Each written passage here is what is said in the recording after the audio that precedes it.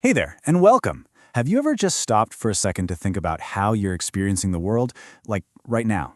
The light from your screen, the sounds in the room, the actual feeling of the chair you're sitting on. Today, we're diving deep into the incredible biological system that builds your entire reality. It's called your sensorium. To get us started, just picture this. You bite into a fresh, juicy strawberry, and instantly your brain just lights up with information. You get the bright red color, that sweet taste, the unmistakable smell, and that unique texture. But how does that actually happen? How does a physical thing like a strawberry become such a rich mental experience? Well, it's not magic, it's biology. It's this incredibly complex, super high-speed network that is constantly gathering data, processing it, and then presenting it all back to you as this single, seamless picture of the world. And that system is, of course, your five senses. You know them: hearing, smelling, tasting, seeing, and touching. But these aren't just passive windows you look through. Oh no, they are active gateways, constantly working to interpret everything going on around you. So, let's start with two senses that are really closely linked: taste and smell. Scientists actually call them the chemical senses, and that's because their whole job is to detect the tiny chemicals that make up pretty much everything in our environment. You know, we often use the words taste and flavor as if they're the same thing, but they are totally different. See, taste is just the simple stuff your tongue picks up, but flavor is the whole experience your brain creates when it mashes up the information from your taste buds and your nose. They're a team, and they're always working together. So, let's break down how smell works step by step. First, tiny chemical particles, let's say from that strawberry, are floating around in the air, and you breathe them into your nose. They travel way up high in your nasal passage and stimulate these special things called olfactory receptors.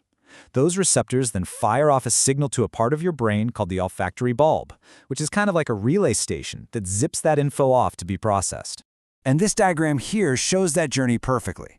You can literally see the path those smell particles take in through the nose, up to the olfactory nerves, hitting that olfactory bulb, and finally getting processed by the brain. It's a surprisingly direct route from the outside world right into your mind. Okay, now for the other half of that flavor team: taste. Your tongue is covered in these little bumps, and inside them are your taste buds.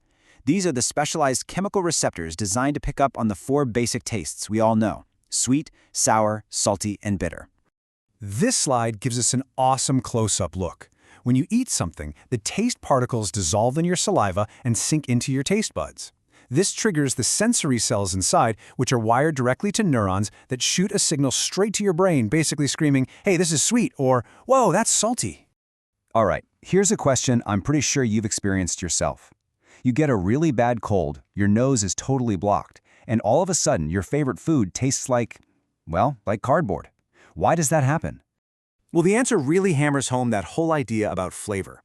See, when your nose is blocked, those important smell particles can't reach your olfactory receptors. That means the only information your brain is getting is from your tongue, just sweet, salty, sour, or bitter. You lose that entire aromatic world that smell brings to the table, and that's why the rich, full experience of flavor just disappears. Okay, moving on. Next up is the sense that is our body's direct physical connection to the world around us. Let's talk about touch. Your skin is so much more than just a wrapper holding you together.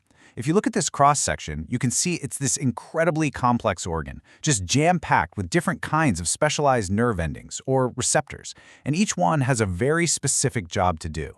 And it is amazingly versatile. You've got receptors right near the surface that detect a light touch. Then, deeper down, you have others that respond to heavy pressure. You also have totally separate receptors just for hot and cold, to sense temperature. And then there are pain receptors, these free nerve endings that are almost everywhere, that act as your body's alarm system. All right, let's shift gears to the two senses that decode waves traveling through our environment: sight and hearing. You can think of these as our long-distance senses, letting us know what's happening far away from our bodies. Now, the process of seeing is just an incredible mix of physics and biology. So, light enters your eye through the pupil, and the lens focuses that light into an upside-down image on the retina at the very back of your eye. The retina has these amazing receptor cells, called rods and cones, that get stimulated and send signals down the optic nerve. And here's the craziest part.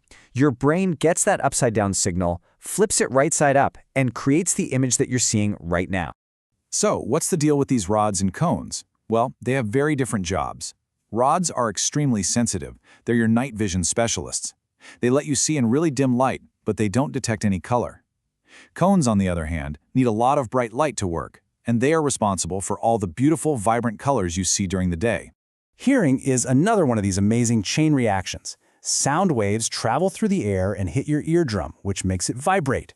Then, 3 tiny bones in your middle ear, and these are the smallest bones in your entire body, they amplify those vibrations and pass them into this fluid-filled, snail-shaped thing called the cochlea.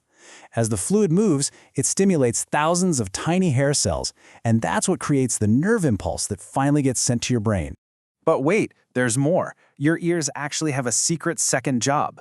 Deep inside your inner ear, there are these things called semicircular canals. They're also filled with fluid and have little hair cells, but they have nothing to do with sound. Instead, they detect the movement of your head, which gives you your sense of balance. It's the reason you know which way is up, even if you close your eyes. So we've looked at each of the senses one by one. But the real magic, the truly incredible part, is what happens when your brain takes all of these separate streams of data and weaves them all together. And honestly, this is the most important thing to take away from all this. You don't experience 5 separate realities. You experience one single, unified one.